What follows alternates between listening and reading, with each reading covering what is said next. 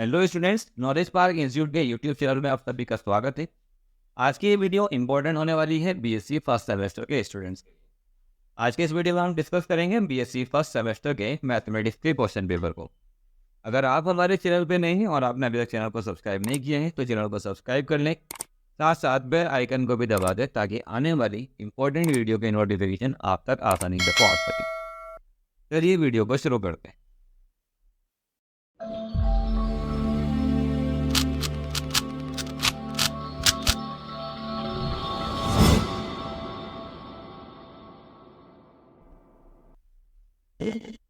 जैसा आपको स्क्रीन पे दिखाई दे रहा है, इस तरह का क्वेश्चन पेपर आता है। पेपर कोड हमारा होने वाला है 41101।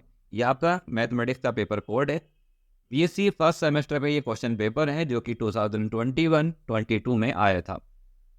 सब्जेक्ट की अगर हम बात करें, पेपर के नाम जो हमारा यहाँ पर वह है differential calculus and integral calculus.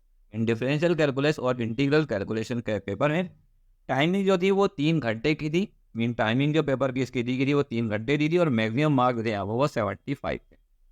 अब टाइमिंग जो है वो पेपर में कम कर दिया गया।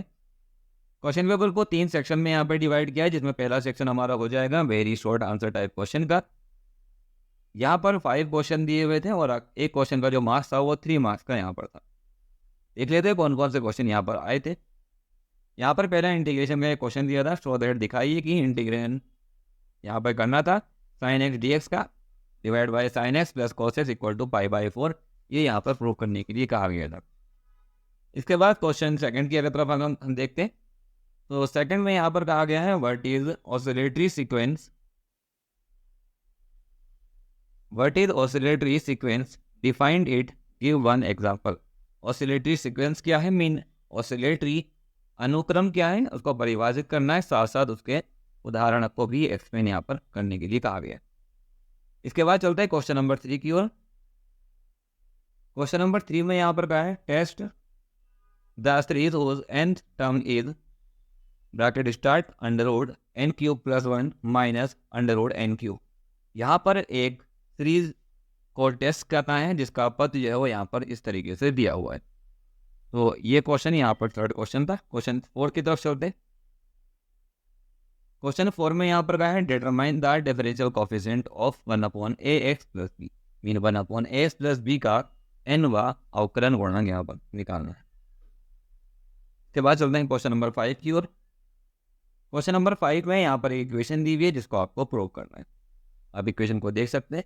ये इक्वेशन यहाँ पर दी हुई है जिसको आपको प्रूव करने के लिए कहा गया। इसके बाद सेक्शन बी आ जाता है। सेक्शन बी में हमारे पास यहाँ पर है शॉर्ट आंसर टाइप क्वेश्चन।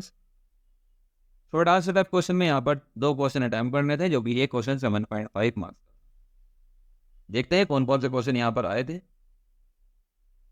तो पहला क्वेश्चन यहाँ पर दिया है let L be the bounded function on bracket A B and M and capital M be the infimum and supremum of fx in AB, then pay partition P on AB so that MB minus A less than or equal LPF less than or equal UPF less than or equal MB minus A। इन आपको ये यहाँ पर prove करने के लिए कहा गया है। हिंदी में भी पढ़ लेते हैं। हिंदी में भी इस तरीके से यहाँ पर दिया हुआ है। माना एक बन फलन जो है एफ ए बी पर परिभाषित करना है और माना ए बी में स्मॉल एम और कैपिटल एम जो है इनफीमम और सुप्रीमम है। अब किसी भी विभाजन के लिए आपको ए और बी के लिए इस इक्वेशन को यहाँ पर सिद्ध करके चलते हैं अगले क्वेश्चन की ओर। क्वेश्चन नंबर 7 में यहाँ पर कहा है if y = sin m sin inverse x then prove 1 - x² y2 - xy1 + m² y = 0। Mean यहाँ पर इक्वेशन को आपको सिद्ध करके दिखाना है। क्वेश्चन नंबर 8 की तरफ देखते हैं। क्वेश्चन नंबर 8 में यहाँ पर कहा गया है if z = x² + y² upon x + y then so that. Mean आपको ये प्रूव करके लेके आना है। अथवा अगर मैं यहाँ पर हिंदी में भी अगर हम देखें तो हिंदी में भी इस तरीके से लिखा हुआ है यदि z का मान ये दे दिया जाए x² + y² और अपॉन x + y है, तब आपको ये इक्वेशन सिद्ध करके दिखानी है। तो ये शॉर्ट क्वेश्चन थे। इसके बाद लॉन्ग क्वेश्चन की तरफ बढ़ते हैं। सेक्शन सी लॉन्ग क्वेश्चन का होने वाला है। लॉन्ग क्वेश्चन में यहाँ पर कहा है prove the radius of curvature of at any point of the cycloid x = t plus sine T y equal to a minus cos T is given by rho equal to 4a cos T by 2। ये आपको prove करना है, means सिद्ध करना है। यहाँ पर किसी बिंदु पर x का मान अगर ये दिया है, y का मान हमें ये दिया जाए, तो साइक्लोइड की वक्रता जो है वो ये प्रूव करके दिखा। इसके अलावा में एक क्वेश्चन और दिया हुआ है यहाँ पर, आपको यहाँ पर इसको प्रूव करके दिखाना है। ये आप देखेंगे किस तरीके से सोल्व करना है। इसके बाद क्वेश्चन नंबर 10 यहाँ पर है, तो क्वेश्चन नंबर 10 में यहाँ पर ग्रीन थ्योरम गिवन है, आपको ग्रीन थ्योरम को यहाँ पर इवेल्यूएट करके दिखाना है, ग्रीन के सिद्धांत को यहाँ पर सिद्ध करना है। इसके बाद यहाँ पर और में एक क्वेश्चन और दिया हुआ है और कहा है यहाँ पर कि find the asymptotes of the curve mean asymptotes, यहाँ पर इसको निकालना है, तो प्रूव करके लेके आना है, ठीक है।